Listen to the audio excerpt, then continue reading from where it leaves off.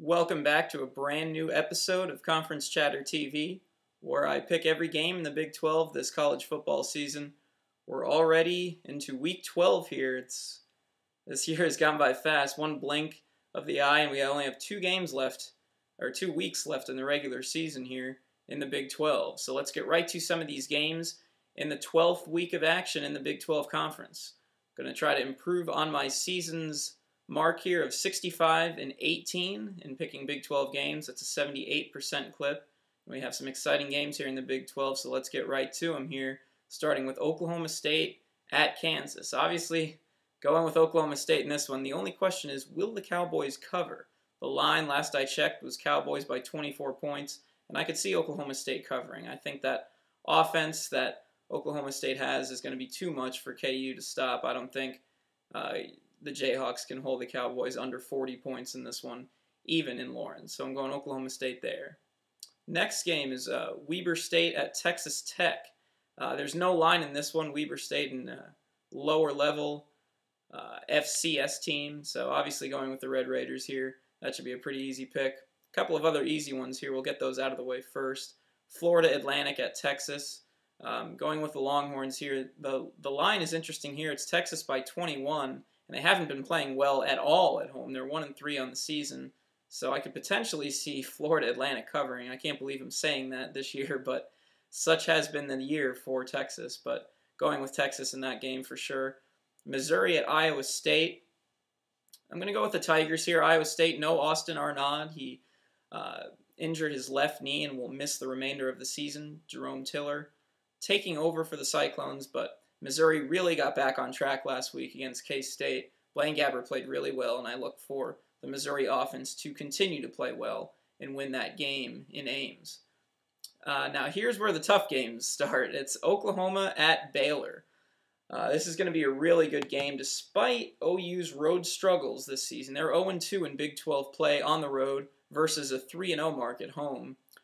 Despite that huge split, I'm going to go with Oklahoma in this game for a couple of reasons. One, Baylor has never beaten Oklahoma ever.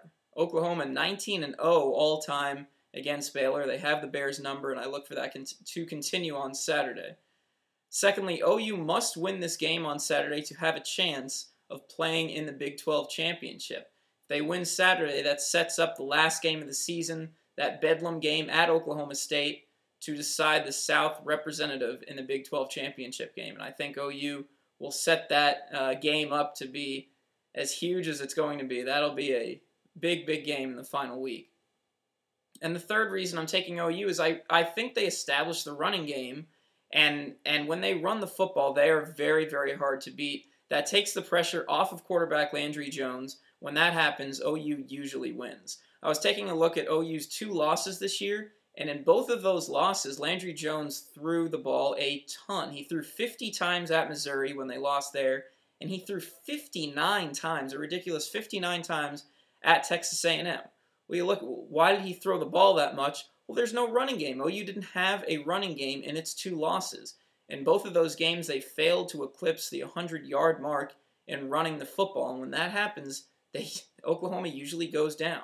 So that's kind of the formula for success for the Sooners. Establish that run game with DeMarco Murray and Roy Finch and set up Landry Jones to beat the opposition that way when the pressure is off him. Because last week we saw how scary Oklahoma can be. Granted, it was at home, but when they establish a run game, and that's what they did against Texas Tech, they beat them 45-7, and OU rushed for 246 yards last week.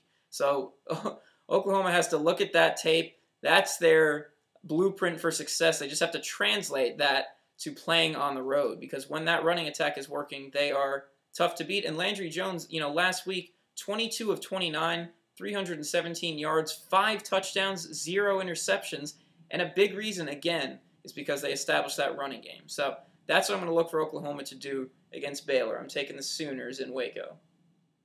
Next is number 9, Nebraska at number 18, Texas A&M, a primetime audience. This is going to be a really fascinating game in College Station. I'm taking Nebraska. I'm going to take them on the road to win this game. I'm going to look for the Huskers to keep doing what they do best, keep running the football. They've had success doing it all year. In fact, Taylor Martinez and Roy Halou Jr. both have a chance to go over 1,000 yards on Saturday. Martinez at 957, Halou at 991. That's a pretty impressive feat. And that's the key for Nebraska. Do what you do best. They shouldn't shy away from anything of the game plan that they've used on the road this season. Run the football. And this week, I'm going to look for Taylor Martinez to look a little bit more like he's looked earlier in the season. We saw last week he struggled a little bit against Kansas. Didn't really seem to appear to go all out like he usually does. Didn't appear to finish runs like he usually does. And last week there was no reason for him really to do that with how well Nebraska's defense was playing and how poorly KU's offense was playing. But A&M, clearly a better offense than Kansas. And for that reason, Martinez is going to have to be a lot more aggressive this game. Nebraska's offense is going to have to show up a little bit more. But this is a pretty decent matchup, I think, for Nebraska. A&M loves to, spread the ball around with Ryan Tannehill and Jeff Fuller, that amazing receiver that they have there as well. But Nebraska can defend the pass and can defend it really, really well. They're number 2 in the country in defending the pass, and this is going to be a great matchup. Prince Amukamara for Nebraska against Jeff Fuller for Texas A&M. That's going to be a really, really nice battle to keep an eye on. But in the end, I'm going with Nebraska to pull off the victory on the road. Final game of the week, Kansas State at Colorado in Boulder here. I'm going to go with Kansas State in this game. I know Colorado won last week in the first game that interim coach Brian Cabral coached for the Buffaloes, but I'm going to go with K-State, and I'd love to see Colin Klein, the sophomore quarterback for K-State, play a full game to see what he can do, because we've only seen that one time this year when Bill Snyder left in Colin Klein. That happened against Texas, and K-State ended up winning that game, actually dominating that game, 39-14, but that's the only time we've seen exclusively Colin Klein play quarterback. Recently, it's been a lot of Klein and Carson Kaufman switching out in between plays, much less series. They've been switching out in between every play. It's just, I've made it well known that I am not the biggest fan of the dual quarterback system, and that's no different here in Manhattan. Let's see if Klein can keep that up by himself, without Carson Kaufman coming in. Kaufman struggled last week against Missouri. He had that interception, he lost 2 fumbles, and he was sacked 4 times. I don't think it's any secret that Klein gives K-State a spark that Kaufman doesn't give him, especially in the run game. When you look at Klein and what Daniel Thomas, both of those guys can do back there. Hey, this is the last year that they're going to have this opportunity to do this with a guy like Thomas back there, obviously a senior. So let's see what K-State can do. They're already bowl eligible at 6-4. I'd like to see what Klein has for another full game. We'll see. I don't know, but I'm going to take K-State anyway over Colorado. So that's a wrap up the picks in Week 12 here in the Big 12, and I'll be back this weekend to reflect on them. Appreciate you guys tuning in to the latest episode. I'm Eric Sorrentino. I'm out, and I'll talk to you again this weekend. Thanks a lot.